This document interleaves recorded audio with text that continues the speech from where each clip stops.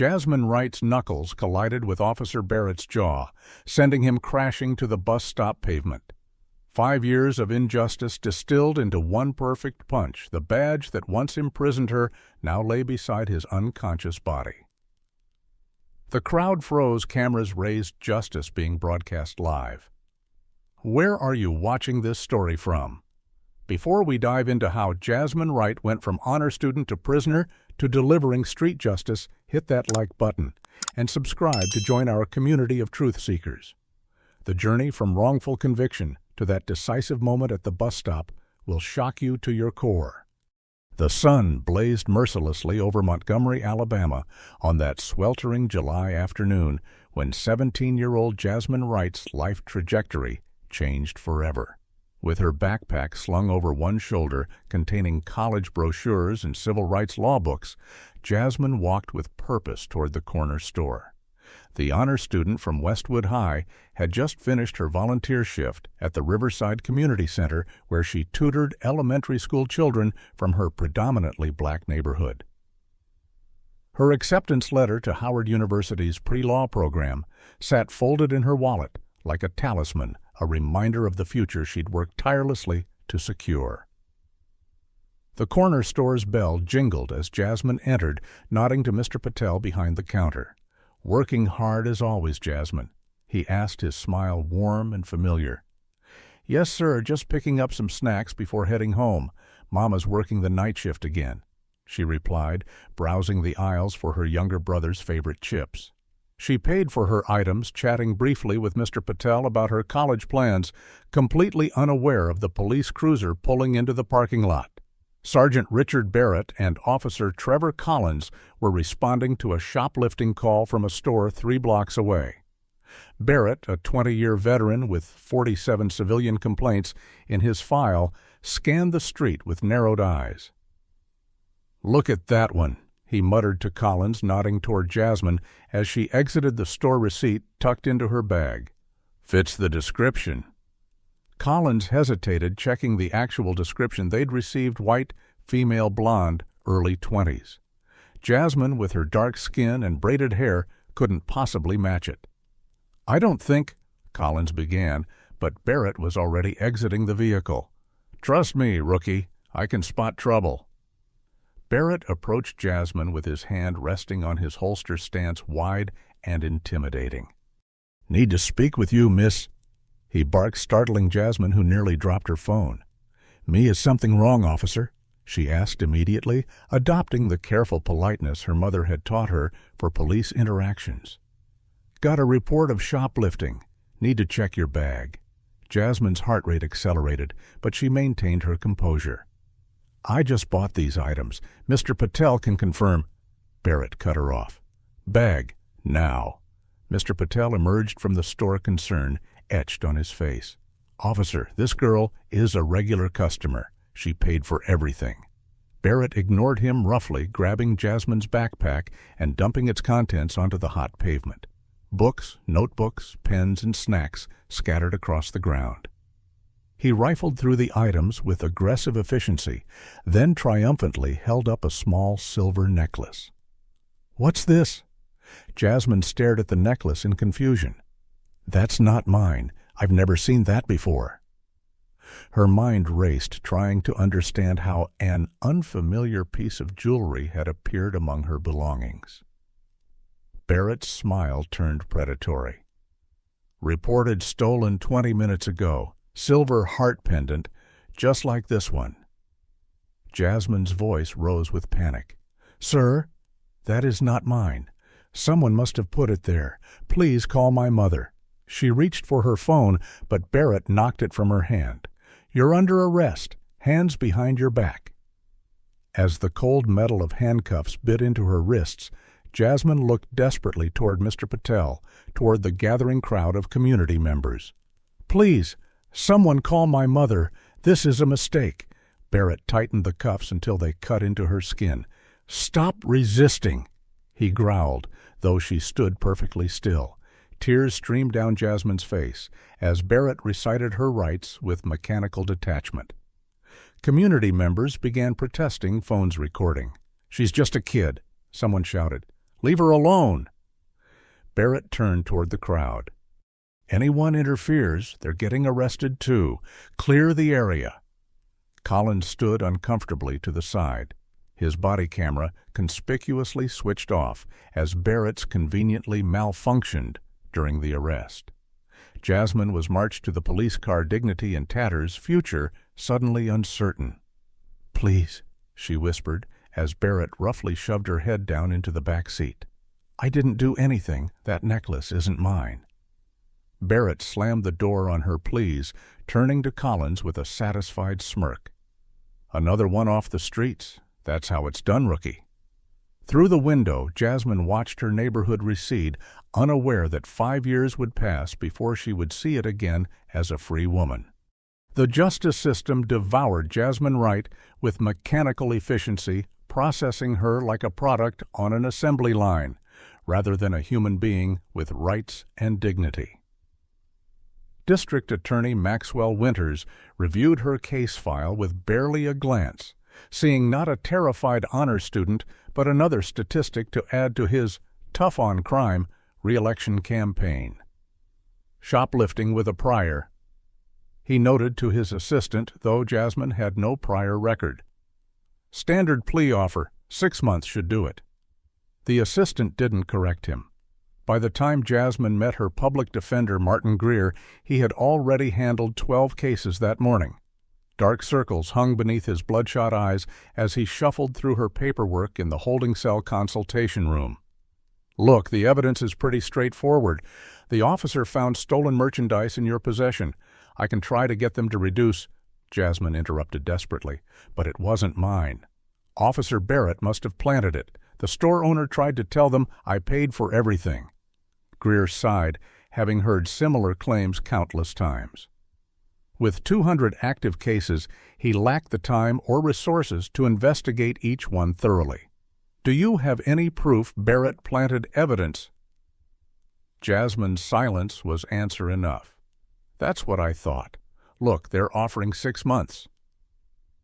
If we go to trial and lose, you're looking at 5 years for felony theft. You've got no priors, so you'll likely serve 3 months with good behavior." Tears welled in Jasmine's eyes. "But I'm supposed to start college in the fall. I have a scholarship." Greer avoided her gaze, shuffling papers. "Take the deal, Jasmine. The system isn't designed for innocence. It's designed for processing." When Jasmine refused the plea deal, insisting on her innocence, the machinery shifted gears, moving from efficient processing to punitive grinding. Her mother, Tanya Wright, a hospital nurse working double shifts, scraped together money for a private investigator to obtain the store's security footage. The investigator reported back with troubling news: the footage had been corrupted during transfer to the police evidence room. Mr. Patel's written statement contradicting Officer Barrett's account was somehow lost in processing. 3 witnesses who had seen Jasmine make her purchase and Barrett's aggressive approach were either never interviewed or their statements buried. When Tanya attempted to speak with Officer Collins, the rookie who had stood by during the arrest, she discovered he had been transferred to another precinct and was unavailable for comment. Judge Harold Kessler presided over Jasmine's trial, a man whose sentencing statistics showed black defendants received sentences averaging 30% longer than white defendants for identical crimes. The jury selection process eliminated most black candidates through peremptory challenges, resulting in a jury with only 1 black member. As Barrett took the stand, his testimony painted Jasmine as belligerent and uncooperative. She attempted to conceal the stolen merchandise and became aggressive when confronted. He testified smoothly, no trace of hesitation in his voice. The cross-examination by Greer lasted less than 10 minutes, his questions unfocused and ineffective against Barrett's practiced responses. The prosecution presented the necklace sealed in an evidence bag, its price tag of $87, pushing the charge into felony territory. The defense's case consisted primarily of Jasmine's tearful testimony and character witnesses from her school, but without the missing evidence, it felt hollow against the prosecution's confident narrative. The community rallied behind Jasmine, organizing protests outside the courthouse, but local media portrayed them as disrupting the judicial process rather than advocating for justice. After just 4 hours of deliberation, the jury returned with a guilty verdict. Jasmine swayed on her feet, her mother's anguished cry cutting through the courtroom's sterile atmosphere. Judge Kessler peered down at Jasmine over his reading glasses, his face a mask of judicial severity. "Ms. Wright, this court takes theft very seriously. Your lack of remorse throughout these proceedings is troubling. It is the sentence of this court that you serve 5 years in the state correctional facility. Perhaps this time will teach you to respect the law and the hard-working business owners in our community." As the bailiff led her away, Jasmine caught a glimpse of Barrett in the gallery, a slight smile playing at the corners of his mouth. In that moment, the cruel reality crystallized in her mind: the system wasn't broken. It was functioning exactly as designed for someone who looked like her. The steel doors of Oakwood Correctional Facility slammed shut behind 17-year-old Jasmine Wright, with a finality that echoed through her bones, the sound marking the death of her old life and the harsh birth of her new reality. The processing center stripped away everything that made her Jasmine, her clothes replaced by a baggy orange jumpsuit, her name exchanged for inmate number 45873, her dignity dissolved in a dehumanizing cavity search that left her trembling with humiliation. "Fresh meat for the block," announced the processing officer, her voice flat with routine cruelty. "Try not to cry too loud tonight, sweetheart. Nobody likes a whiner." Those first weeks taught Jasmine lessons no 17-year-old should learn: how to sleep with one eye open, how to eat meals in under 5 minutes to avoid becoming a target, how to make herself small and invisible when tension rippled through the common areas. The hardened women around her, many serving decades for nonviolent offenses, sized her up as either prey or competition. Jasmine's youth and obvious terror made her vulnerable, with several inmates testing her boundaries, stealing her commissary items, shoving her in meal lines. Even some guards targeted her, Guard Captain Sandra Miller, particularly taking pleasure in random cell searches that left Jasmine's few possessions scattered and damaged. "You think you're better than this place, college girl," Miller would taunt, ripping apart the letters from Jasmine's mother. "This is your home now. Better get comfortable." The turning point came 1 month in, when Jasmine stumbled accidentally into a conflict between 2 rival groups in the recreation yard. As fists flew and bodies collided, Jasmine found herself cornered against the fence, a makeshift blade hovering inches from her throat. "Wrong place, wrong time, princess," hissed the woman wielding it, her breath hot on Jasmine's face. A voice cut through the chaos. "Leave the kid alone, Darlene. She's not involved in this mess." Luisa Martinez stepped between them, 5 feet 4 inches of unwavering courage, with eyes that had seen too much and feared too little.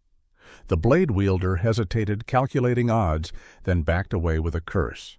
"You just bought yourself a babysitting job, Martinez." Luisa, serving 7 years for stabbing the boyfriend who had broken her ribs and threatened her children, became Jasmine's first ally in the merciless ecosystem of Oakwood.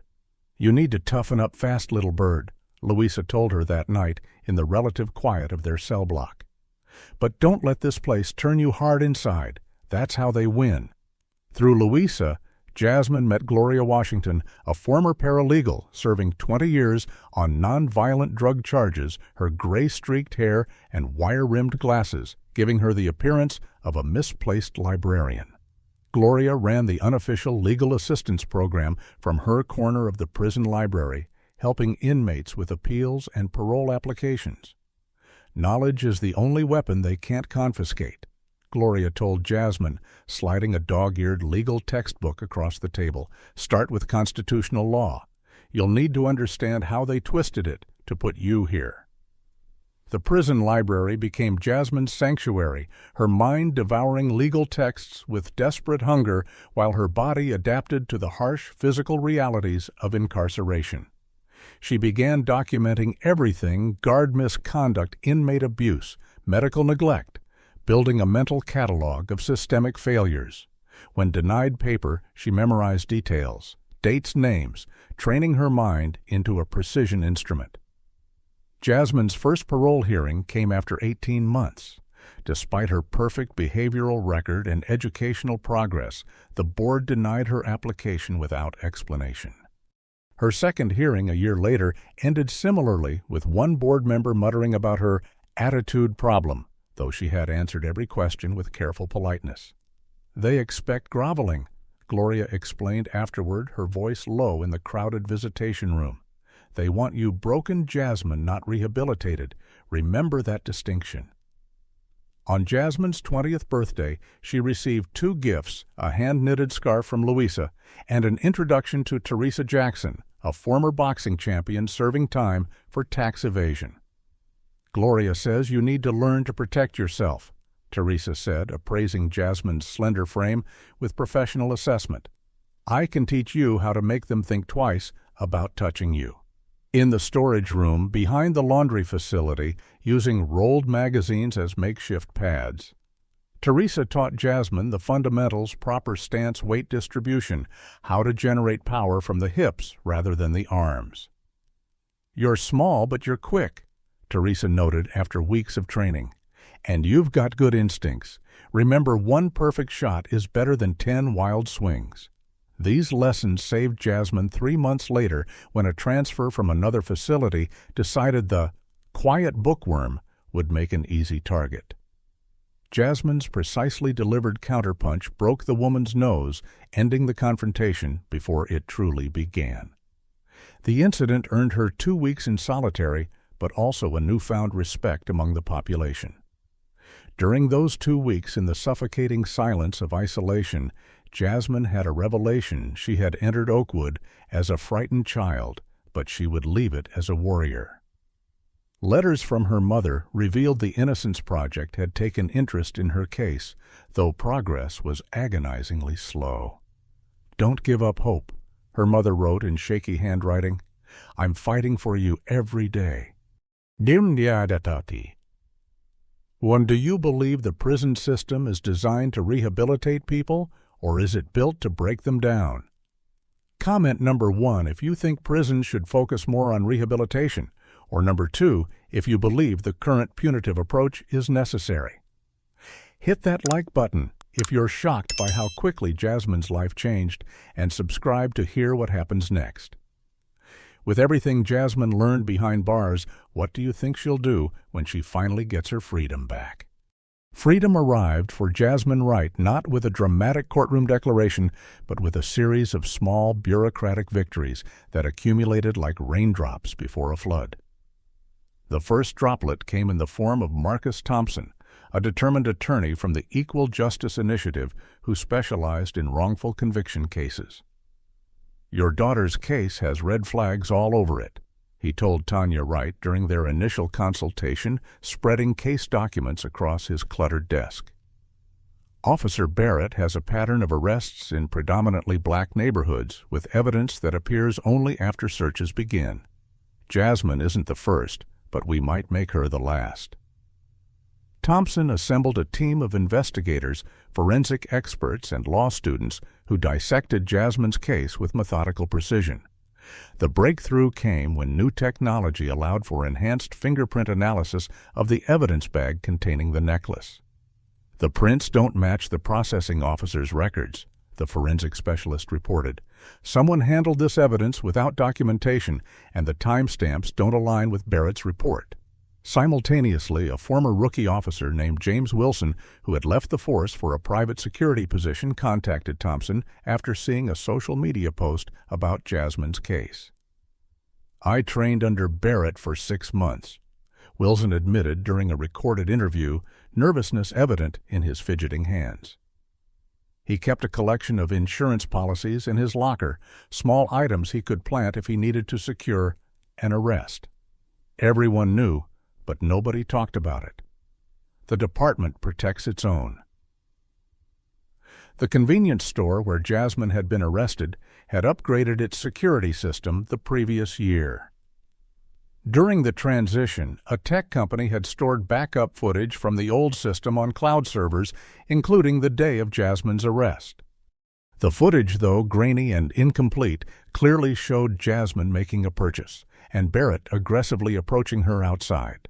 More significantly, it showed Barrett reaching into his own pocket before discovering the necklace in Jasmine's backpack. The store clerk, Sophia Chen, who had been working part-time while attending community college, finally came forward. Officer Barrett told me if I made any statements supporting the girl, he'd make sure the store got extra scrutiny from the department, she revealed in a sworn affidavit. My boss was already dealing with harassment about our liquor license. We couldn't afford more trouble. As evidence mounted, a social media campaign under the hashtag #Justice for Jasmine gained momentum. Community activists organized rallies outside the courthouse. Mainstream news outlets began covering the story, particularly after a prestigious national law firm announced they would represent Jasmine pro bono. The district attorney's office fought against reopening the case, citing procedural issues and integrity of the justice system in motions to block new hearings. Judge Elizabeth Harlow, recently appointed to the federal bench, overruled these objections and ordered an evidentiary hearing. The interests of justice demand thorough examination when substantial new evidence emerges, her written opinion stated firmly. Barrett took the stand during this hearing, his previous confidence replaced by defensive hostility. Under Thompson's methodical cross-examination, contradictions in his testimony multiplied. So you're asking this court to believe that your body camera malfunctioned at precisely the moment of discovery, that the evidence bag was mishandled by someone else, that multiple witnesses are lying, and that this footage has been somehow manipulated? Thompson asked, his voice calm but relentless. Barrett's composure cracked. You don't understand what it's like out there. Sometimes you need to cut corners to get criminals off the streets. That neighborhood was a hotbed of theft and drug activity. Was Jasmine Wright a known criminal before you arrested her? Thompson pressed. Barrett's silence spoke volumes. The decisive moment came when Thompson presented Barrett's arrest statistics. 87% of his arrests involved black suspects, despite his patrol area having only 31% black residents. This isn't about one necklace or one arrest, Thompson told the court in his closing argument. This is about a systematic targeting of black citizens using the badge as a weapon rather than a shield. After 4 years, 8 months, and 12 days of imprisonment, Jasmine Wright's conviction was vacated. She emerged from the courthouse steps into blinding sunlight, and a crowd of supporters' cameras flashing like lightning around her. Where many would have shown exuberance, Jasmine displayed only solemn dignity, her eyes holding a wisdom and weariness far beyond her 22 years. The city quickly offered a settlement to avoid a civil lawsuit, the paperwork including a non-disclosure agreement about police conduct. Sign this and you'll receive $300,000 compensation, the city attorney explained. It's a generous offer considering the circumstances. Jasmine read the document carefully, her prison-honed legal knowledge catching the careful wording designed to protect the department from public scrutiny. No, she said, simply sliding the document back across the table. No amount of money justifies silence. What happened to me is happening to others. The public deserves to know. Thompson warned her that litigation could take years with no guaranteed outcome. Jasmine's response was unwavering. I've already lost 5 years. I can invest a few more in making sure this doesn't happen to someone else.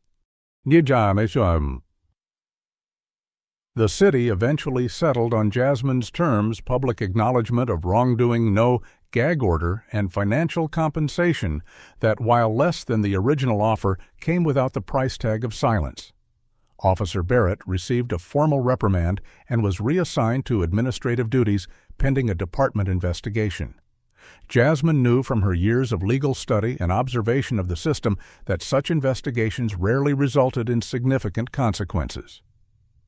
As she packed her few belongings in the halfway house where she'd been staying since release, Jasmine caught her reflection in a cracked mirror. The face looking back belonged neither to the 17-year-old honor student nor to the hardened prisoner. It belonged to someone new, someone tempered by injustice but not broken by it, someone with unfinished business. Returning to normal life after incarceration proved more challenging than Jasmine had imagined, each day presenting obstacles that tested her resilience in ways prison never had.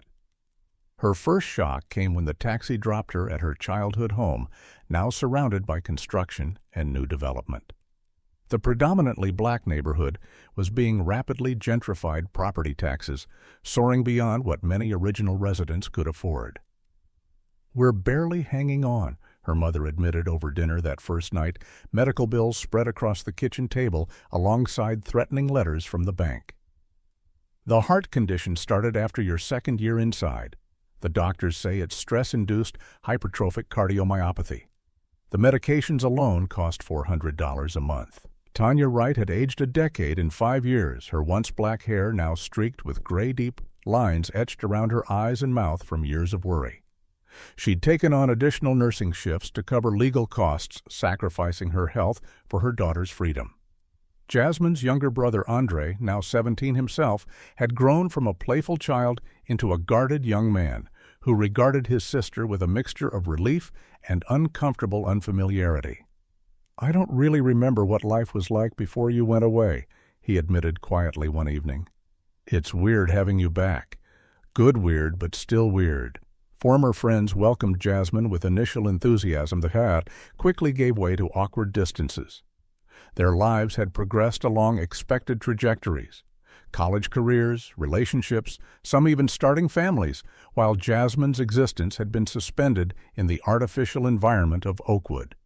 Conversations stalled when they realized they couldn't relate to her experiences and she couldn't fully engage with their stories of normal young adult life.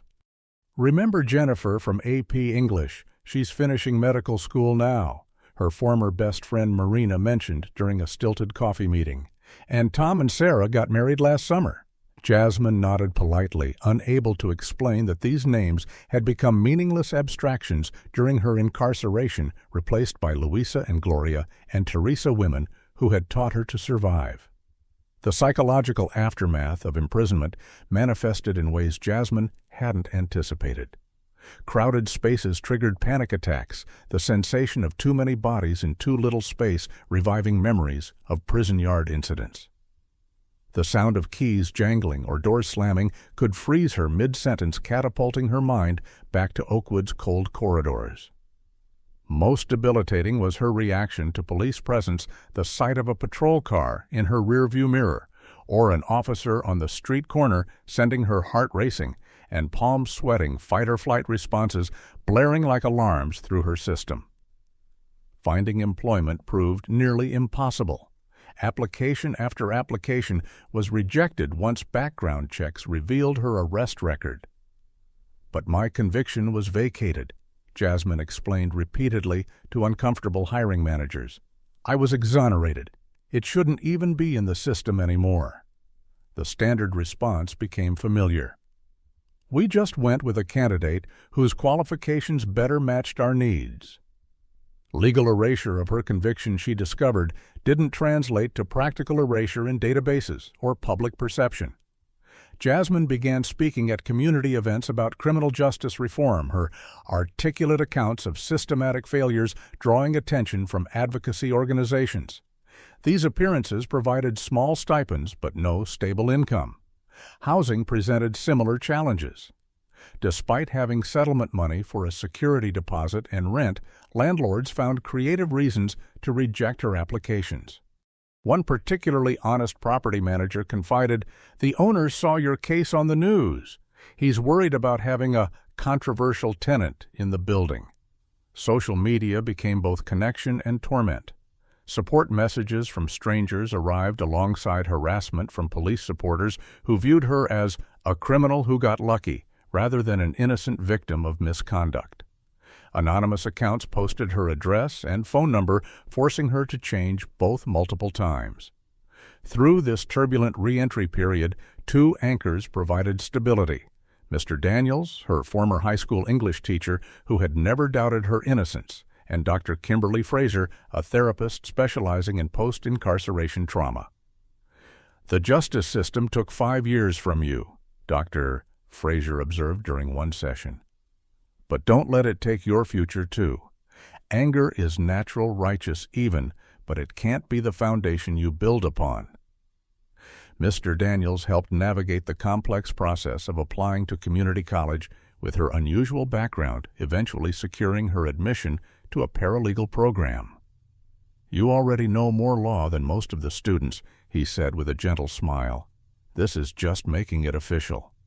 Meanwhile, Officer Barrett had faced minimal consequences for his actions. The police union had successfully argued against his termination, resulting in a demotion and reassignment rather than dismissal. Local news outlets ran a feature story about Jasmine's rehabilitation rather than focusing on the wrongful conviction that had necessitated it.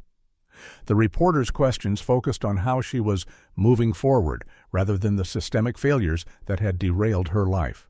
"I'm not interested in talking about my rehabilitation," Jasmine told the reporter firmly.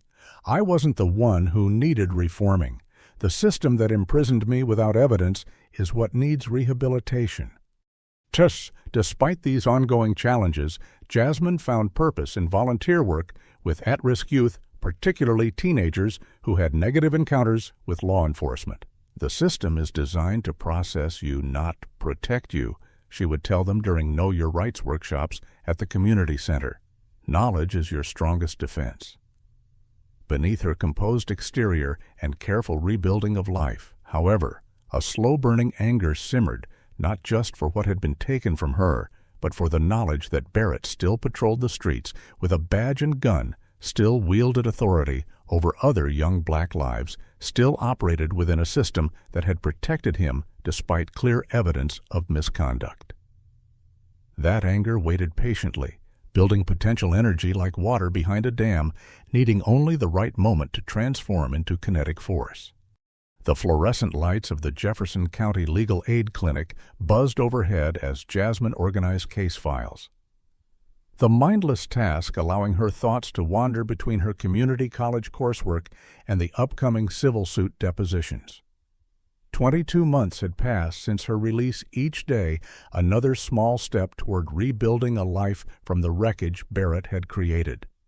"Miss Wright," the receptionist's voice pulled her back to the present. "There's someone here to see you. Says it's urgent."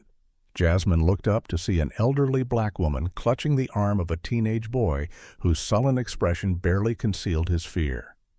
The woman's church hat and pressed dress contrasted sharply with the boy's sagging jeans and oversized hoodie. "My name's Pearlie Johnson," the woman said, her voice carrying the deep cadence of Alabama's rural black communities. "This here's my grandson Darius. Someone said you might help us." Something in the woman's dignified desperation and the boy's tightly controlled terror struck a chord of recognition in Jasmine. She led them to a small consultation room away from curious eyes. "Tell me what happened," she said softly, notepad ready. Darius remained silent, eyes fixed on his hands. His grandmother sighed deeply. "Darius got arrested last week. Police say they found stolen jewelry in his backpack when they stopped him walking home from school. But my boy don't steal. He knows better."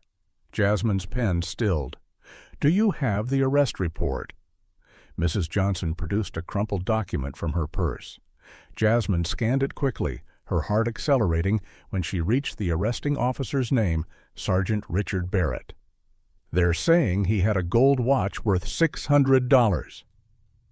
Mrs. Johnson continued. "Judge set bail at $5,000. We don't have that kind of money, so he's sitting in juvenile detention until the hearing next month." Darius finally spoke, his voice barely audible. "I never saw no watch. The officer pulled me over, said I fit the description. He dumped my backpack out on the sidewalk, started going through my stuff. Next thing I know, he's holding up this watch saying I stole it." The parallel to her own case sent ice through Jasmine's veins. "Has anyone else been arrested like this recently?" she asked, already suspecting the answer.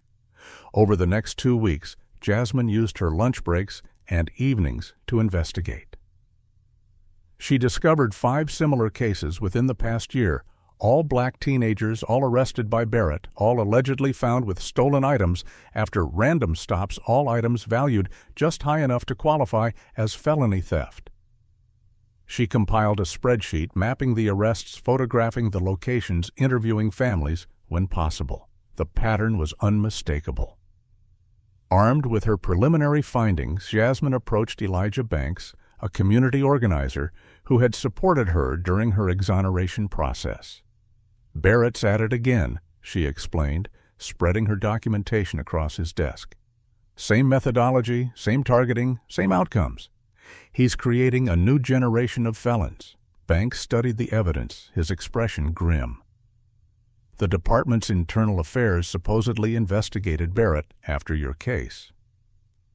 Surprise, surprise, they cleared him of all previous complaints, said there was insufficient evidence of misconduct. Together, they connected with other victims, building a network of affected families. Many were reluctant to come forward, fearing retaliation, or simply not believing anything would change.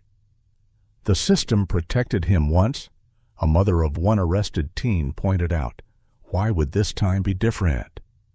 Jasmine had no satisfying answer, only determination. As her investigation expanded, strange incidents began occurring. She found her car window smashed, nothing stolen, but papers scattered. Anonymous notes appeared at her apartment door. "Let sleeping dogs lie," and "Some people don't learn their lesson." She filed police reports about the vandalism and threats, but the responding officers took minimal notes and asked pointed questions about her vendetta against their colleague. During a meeting with civil rights attorney Veronica Washington, Jasmine learned the institutional barriers they faced. "The department has circled the wagons around Barrett," Washington explained. "His arrest numbers make the precinct look good on paper. Nobody wants to challenge that, especially with the mayor's re-election campaign focusing on crime reduction." Their request for intervention from the state attorney general's office was politely rebuffed as a local matter best handled through established departmental procedures.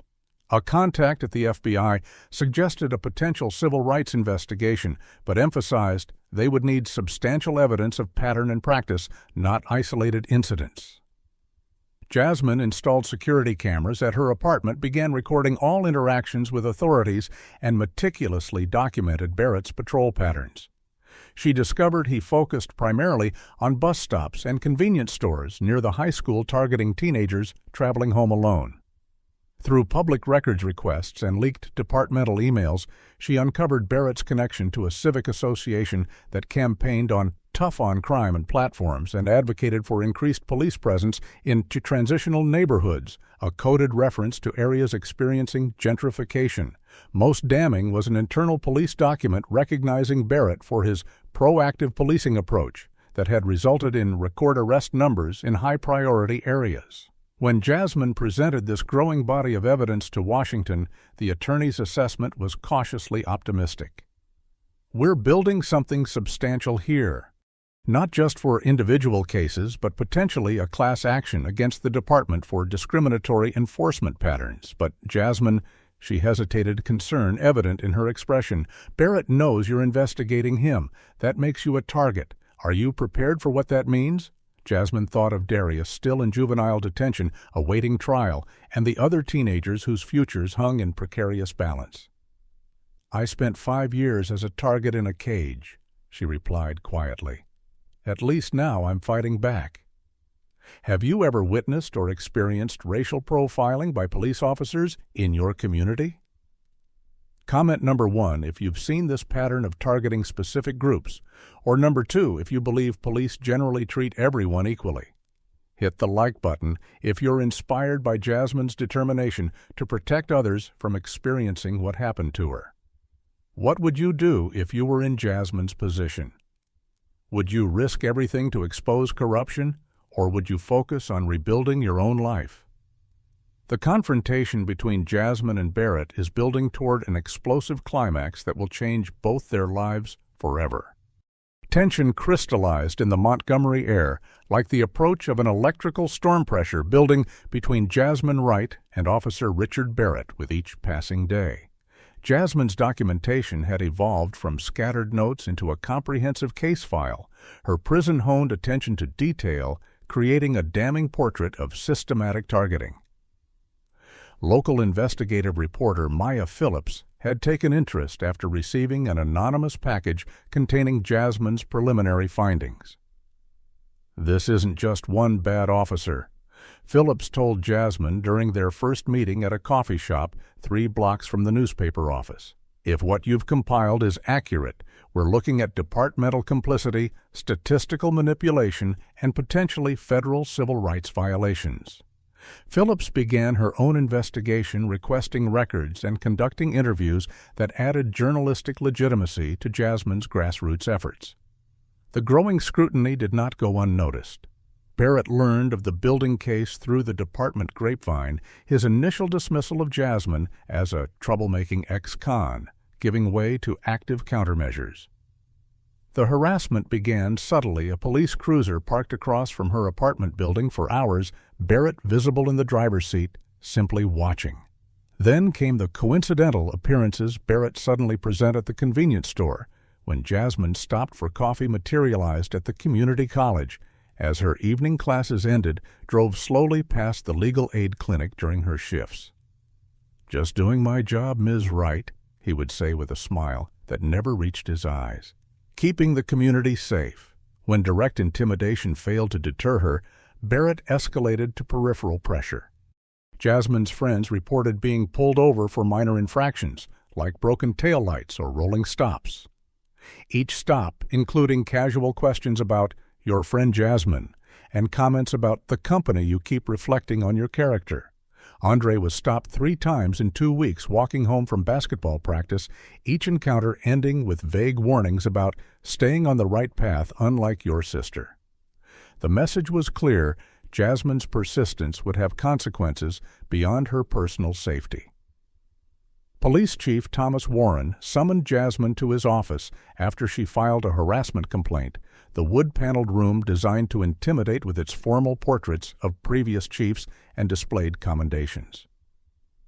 "Ms. Wright," Warren began, fingers steepled before him, "I understand you've been collecting information about Officer Barrett and making some rather serious allegations."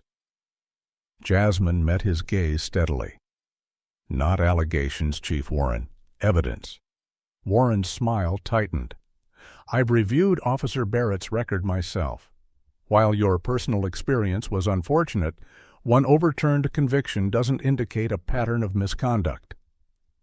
I've documented 17 cases following identical methodology," Jasmine countered. "All black suspects, all with allegedly stolen items, discovered only after searches began, all resulting in felony charges that could have been misdemeanors." Warren leaned forward. "Ms. Wright, I'm concerned about potential defamation of an officer with an otherwise exemplary record. These kinds of accusations can damage careers and departmental reputation. I'd hate to see you facing legal consequences after everything you've been through." The threat lay thinly veiled beneath his professional tone, pressure mounted from unexpected directions. The university scholarship Jasmine had secured for the following semester was suddenly withdrawn after an anonymous complaint questioned her moral character despite her exoneration. Her supervisor at the legal aid clinic received calls from prominent donors expressing concerns about having a controversial employee representing the organization. "I'm not firing you," her supervisor clarified during a difficult conversation. "But maybe consider taking a leave of absence until this situation resolves, for your own well-being, of course." The community that had rallied around her exoneration now found itself divided. Some continued supporting her quest for accountability, while others feared police retaliation against the neighborhood. "We believe you, Jasmine," explained Pastor Williams, who had once led protests on her behalf. "But folks are scared. Barrett's friends on the force have been increasing patrols, writing tickets for anything and everything. Single mothers can't afford these fines. People working 2 jobs can't keep missing work for court appearances." Tanya Wright, who had never faltered during Jasmine's incarceration, now begged her daughter to reconsider her crusade. They took 5 years already. She pleaded, medical alert bracelet prominent on her thin wrist. "I can't bear to lose you again. Please, Jasmine, let someone else fight this battle." The breaking point came when Jasmine discovered that evidence files had been accessed and copied from Attorney Washington's office during an overnight break-in, nothing taken except case documentation. "This isn't a coincidence," Washington stated flatly during their emergency meeting. "They're trying to identify witnesses and undermine the case before we file." Fortunately, they had anticipated such tactics. Digital backups existed with multiple advocates across the country, the network of criminal justice organizations creating a safety net for their evidence. Barrett's increasing boldness suggested he felt protected, untouchable. During a chance encounter outside the courthouse, he approached Jasmine directly, voice low enough that passing strangers couldn't hear.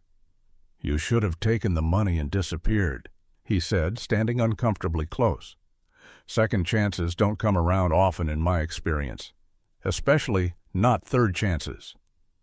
Jasmine maintained eye contact, her prison yard training keeping her face neutral despite her racing heart. "Are you threatening me, Sergeant Barrett?" His laugh held no humor, just offering friendly advice from a public servant. "This little crusade of yours won't end well. Some systems don't change just because one person slips through the cracks." That night alone in her apartment, Jasmine faced her first serious moment of doubt. The weight of opposition, institutional, communal, personal, pressed down with crushing force. Fighting systemic injustice as an individual felt suddenly impossible, like trying to redirect a river with bare hands. Her phone rang, breaking her spiral of uncertainty. Louisa's voice came through the connection to her prison friend, maintained through monthly calls since Jasmine's release. "You've gone quiet, little bird," Louisa said without preamble. "That usually means trouble." Jasmine found herself pouring out everything: the escalating harassment, community pressure, her mother's fears, her own growing doubt. Louisa listened without interruption until Jasmine fell silent. "Let me tell you something about men like Barrett," Louisa finally said. "They count on wearing you down. They expect you to calculate the cost and conclude it's too high. That's how they've always won." "What if they're right?" Jasmine whispered. "What if the cost is too high?" "Only you can answer that," Louisa replied. "But remember why you started this fight, not just for yourself, but for the Dariuses who don't have someone like you in their corner." Their conversation was interrupted by Jasmine's other phone, the dedicated line for families involved in the case.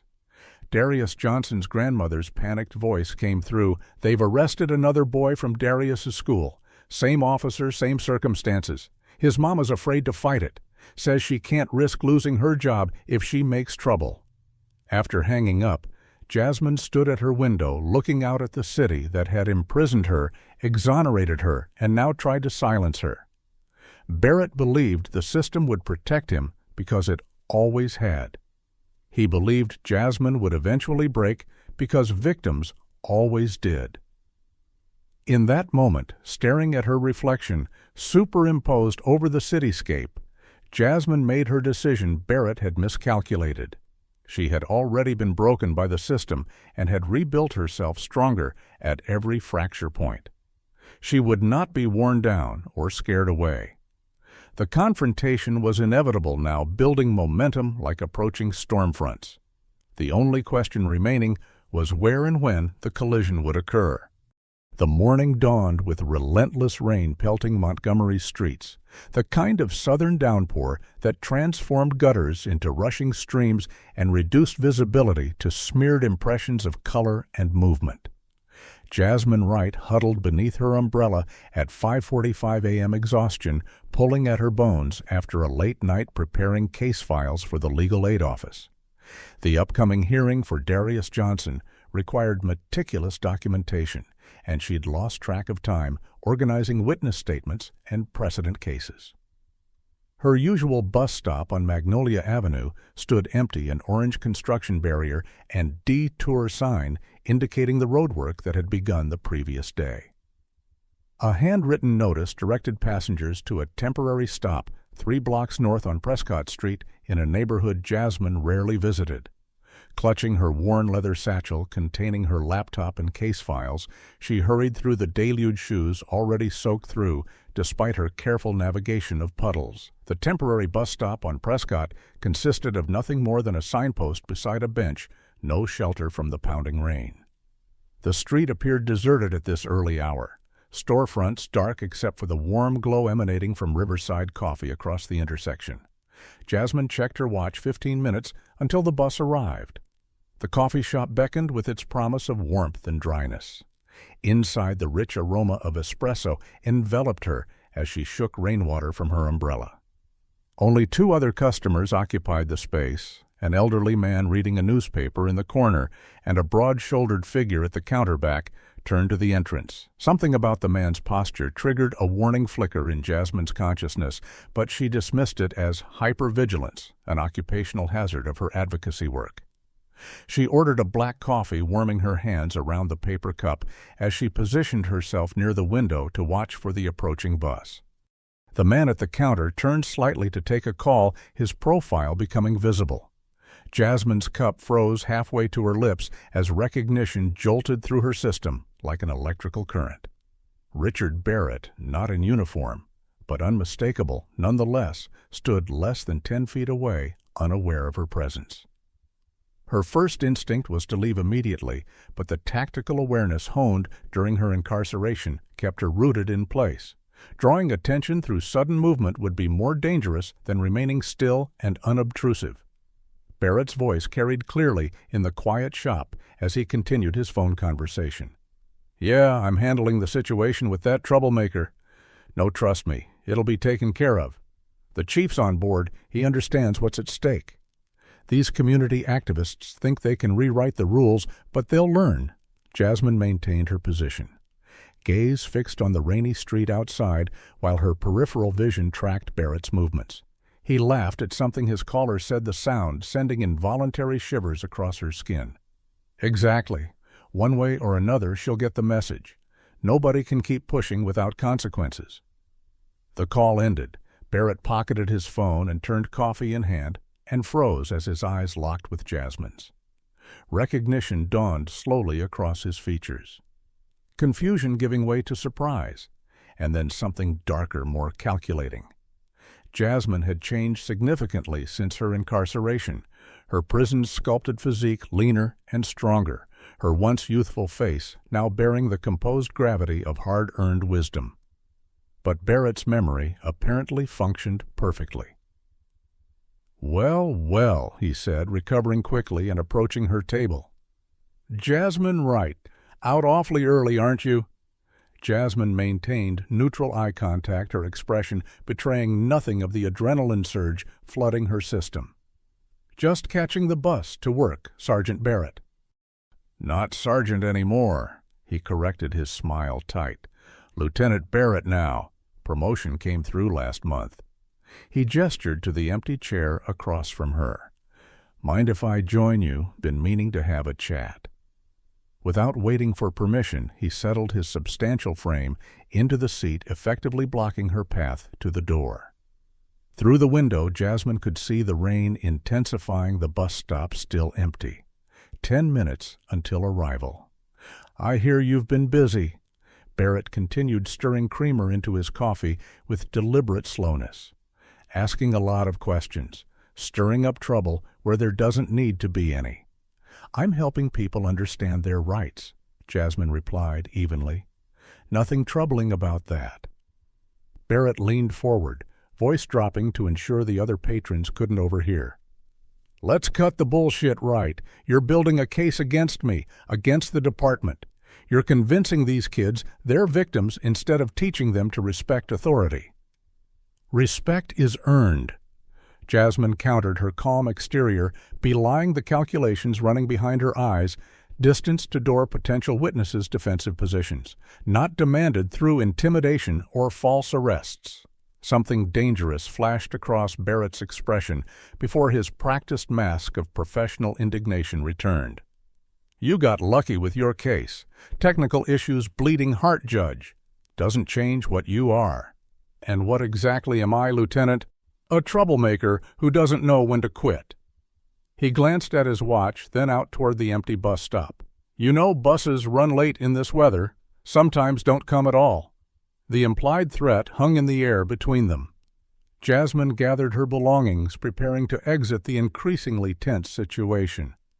"I should wait outside. Wouldn't want to miss my ride." Barrett shifted effectively, blocking her movement. "We're not finished talking." Across the street, through the rain-blurred window, Jasmine could see the bus stop remained empty. 7 minutes until scheduled arrival. "I think we are," she stated firmly, standing despite his blocking position. Barrett rose as well, using his height advantage to loom over her. "You think you're special because you got out, because some lawyers took an interest in your sob story. Do you know how many of you I've put away over the years?" Jasmine stepped sideways, maintaining distance while moving toward the door. Barrett followed his voice, growing louder. "You people never learn. Always looking for handouts, always crying discrimination when you get caught breaking the law." The barista glanced over nervously but didn't intervene. The elderly customer studiously focused on his newspaper. Outside, Jasmine moved quickly toward the bus stop, rain immediately soaking through her light jacket. Barrett followed, apparently unconcerned about the downpour. "You know what your problem is, right? You think you matter. You think anyone cares about your little crusade." He caught up to her at the bus stop, standing too close, rain plastering his shirt against his broad chest. "I targeted you because I could, because it was easy, because nobody questions when girls like you get locked up." The confession so casually delivered stopped Jasmine cold. Barrett smirked at her shocked expression. "What? You thought it was personal. It was just numbers. The department needed arrests in that neighborhood, and you fit the profile. 5 years was excessive, I'll admit. I was thinking 6 months, maybe a year. But you had to play hardball, had to fight it." His laugh held genuine amusement. "And now you're doing the same thing again. Some people never learn." Jasmine's voice emerged with deadly calm. "I learned plenty. I learned how the system works. I learned who it protects and who it destroys." "Then you should know better than to think you can win against it." Barrett countered, stepping closer until he towered over her. "Back off from this investigation, Wright. Things can still go very badly for you, for your family, for that kid brother of yours with the basketball scholarship prospects." His hand moved toward his hip, where his service weapon would typically be holstered. Though he was off duty, the gesture's implicit threat registered immediately in Jasmine's consciousness. Time slowed as combat instincts activated. Teresa Jackson's prison training echoing in her mind, "One perfect shot is better than 10 wild swings. Generate power from the hips, not the arms. Follow through completely." Jasmine's right hand formed a perfect fist, knuckles aligned, as she had practiced countless times. Her weight shifted to her back foot, then transferred forward explosively as her fist connected with Barrett's jaw in a textbook cross-punch. The impact reverberated up her arm, a clean connection with maximum force behind it. Barrett's eyes registered shock in the millisecond before they rolled back, his substantial body crumpling to the wet pavement like a marionette with cut strings. His badge, which he'd begun to pull from his pocket during his threatening gesture, clattered to the ground beside his unconscious form. The world around Jasmine rushed back into normal speed.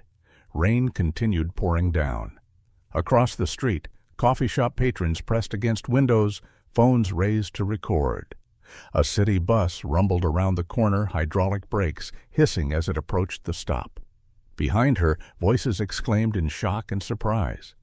Bystanders who had been hurrying through the rain now stood, frozen cameras capturing the aftermath of a moment 5 years in the making. Jasmine stood perfectly still, rain streaming down her face, mingling with tears she hadn't realized were falling. Her hand throbbed with pain that felt like victory. Barrett lay motionless except for the steady rise and fall of his chest, indicating she hadn't killed him, just delivered the justice the system had failed to provide. Police sirens wailed in the distance, growing louder. Jasmine made no attempt to flee, no attempt to hide. She had spent enough of her life running from Barrett's shadow. Instead, she pulled out her phone and began recording, voice steady, as she narrated the events that had just transpired, including Barrett's confession to targeting her and his threats against her family. When patrol cars screeched to a halt at the curb, officers emerging with hands on weapons, Jasmine simply raised her empty hands, voice calm as she addressed them. "My name is Jasmine Wright. This man threatened me and my family. I acted in self-defense. Everything has been recorded by multiple witnesses." As the officers approached, cautiously recognition dawned on their faces. Everyone in the department knew Jasmine Wright's story. Everyone knew Barrett's reputation. And now, as video of the incident uploaded to servers across the country in real time, everyone would know the truth. The video of Jasmine Wright knocking Lieutenant Richard Barrett unconscious at a rain-soaked bus stop exploded across social media platforms with the uncontainable force of a dam breaking after years of pressure. Within hours, the hashtags #JasmineStrikes and #BadgeBully trended nationally, the raw footage capturing not just the physical confrontation, but Barrett's damning admissions of targeting black youth and his threats against Jasmine's family.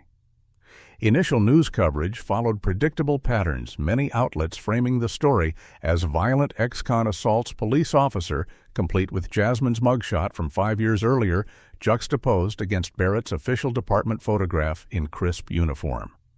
This narrative lasted approximately 12 hours until the complete video, including Barrett's confession and threatening behavior, circulated widely enough to force editorial reconsiderations.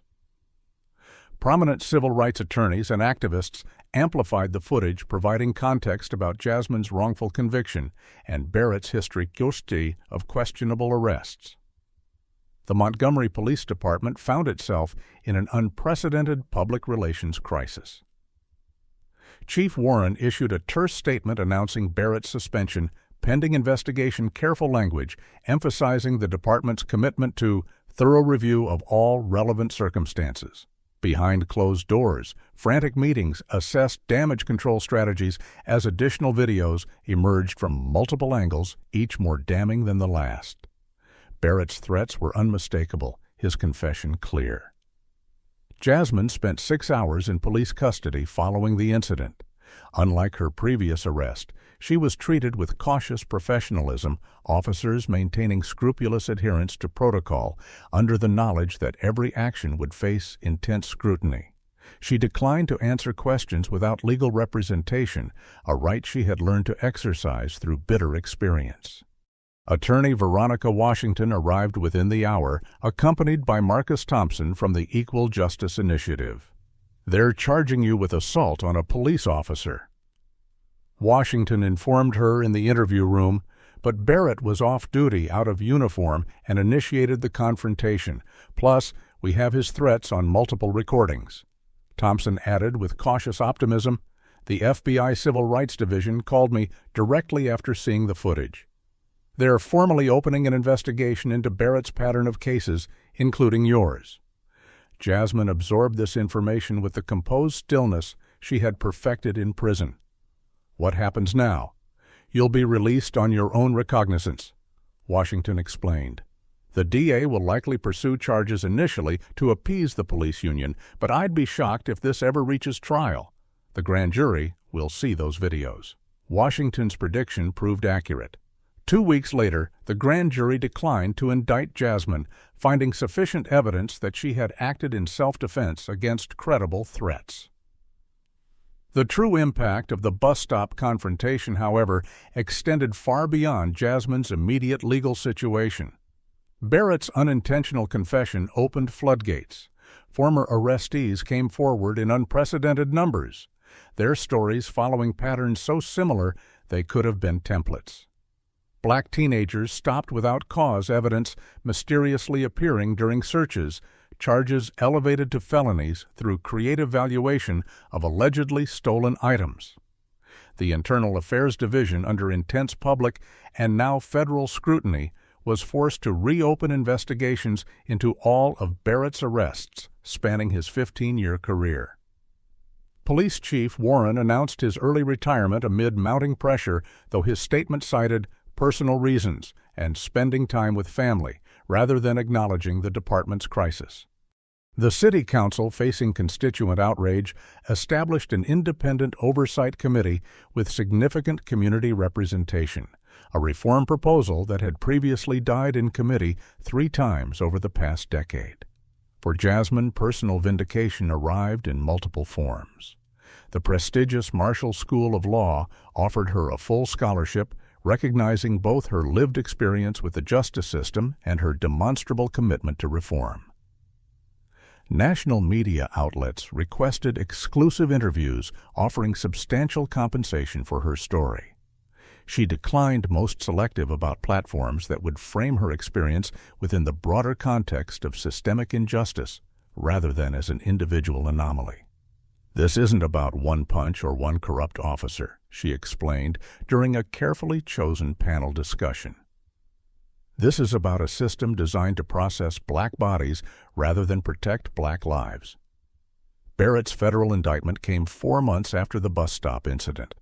The charges included multiple civil rights violations, evidence tampering, and perjury.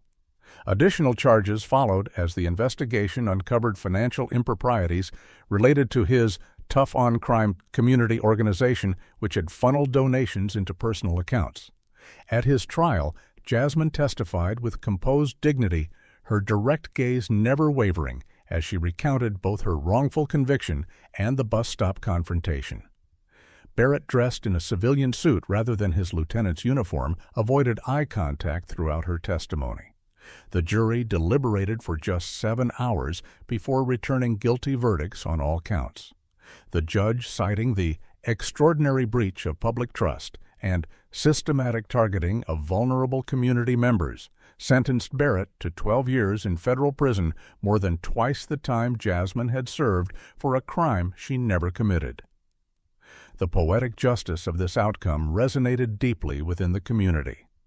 With her settlement money and speaking fees, Jasmine established the Right Justice Foundation, providing legal support and reintegration services for wrongfully convicted individuals. The Foundation's first initiative focused on expunging records and securing compensation for those wrongfully arrested by Barrett over his career. Her advocacy work contributed significantly to the introduction of the Wright Act in the state legislature, a police reform bill requiring body cameras to remain activated during all civilian interactions, independent review of racial disparities in arrest statistics, and eliminating qualified immunity for officers found to have falsified evidence. On the 1-year anniversary of the bus stop confrontation, Jasmine led a community healing ceremony in the neighborhood where her wrongful arrest had occurred. Hundreds gathered to hear testimonials from those affected by Barrett's actions and celebrate the systemic changes their collective voices had achieved. "Justice isn't a single moment or a single verdict," Jasmine told the assembled crowd, her voice carrying across the park where she had once played as a child. "Justice is a journey we travel together, step by step, case by case, reform by reform. Sometimes justice takes years to arrive, and sometimes it arrives in a single, perfect moment when truth refuses to remain silent any longer." The final scene of Jasmine's public story unfolded at the community center where she had once volunteered as a teenager. Now, as a law student and foundation director, she conducted weekly Know Your Rights workshops for local youth, empowering a new generation with knowledge she had acquired at tremendous personal cost. "Your existence is not probable cause," she told them, eyes meeting each young face with unwavering conviction. "Your dignity is not negotiable. Your rights are not optional. And your voice, your truth has power that no badge, no gun, no system can permanently silence." After one such workshop, a young girl approached her shyly. "Were you scared when you hit that officer?" she asked, voice barely above a whisper. Jasmine considered the question carefully. "I wasn't scared of him," she finally answered. "I was scared of allowing his threats to control my life for one more second. The moment I decided my truth mattered more than his power was the moment I truly became free." What would you do if faced with injustice in your community? Would you have the courage to stand up like Jasmine even when the system seems stacked against you? Drop a comment below sharing your thoughts on this story of perseverance and justice. If you believe more people need to hear about the reality of racial profiling and wrongful convictions, please like, share, and subscribe to help spread awareness. Your support helps us continue bringing these important stories to light. Thank you for joining us on this journey of truth-telling. And remember, sometimes justice has perfect timing. Jasmine Wright's journey teaches us that true justice often requires personal courage and persistence against systemic oppression. When institutions designed to protect instead become instruments of discrimination, change demands more than passive hope. It requires strategic action and unwavering determination. Her story demonstrates how a single moment of standing firm against injustice can catalyze widespread reform, creating ripples that transform entire communities. The path from victim to advocate isn't linear or easy, but each step builds resilience that power cannot easily break. Barrett's downfall reminds us that systems protecting corrupt officials eventually falter when confronted with undeniable truth. Most importantly, Jasmine's transformation shows that our worst experiences can become our greatest source of purpose when channeled into helping others. The cycle of injustice breaks not when we escape it personally, but when we dismantle it collectively, ensuring no one else suffers similar fate. True healing comes from converting personal pain into community empowerment, teaching others to recognize and resist the mechanisms of oppression before they take root. Have you ever witnessed racial injustice in your community and wondered if one person could really make a difference? Jasmine's story proves that standing up for truth, even against powerful systems, can create real change. What would you have done in her situation? Would you have had the courage to confront your oppressor? Share your thoughts in the comments below. If you believe stories like Jasmine's need to be told, please hit that like button and subscribe to our channel for more powerful narratives of resistance and redemption. Help spread awareness by sharing this video with someone who needs to understand the reality of racial discrimination in our justice system. Thank you for being part of our community that values truth and justice. Remember, your voice matters sometimes. It's the only thing that can transform an unjust system into one that works for everyone.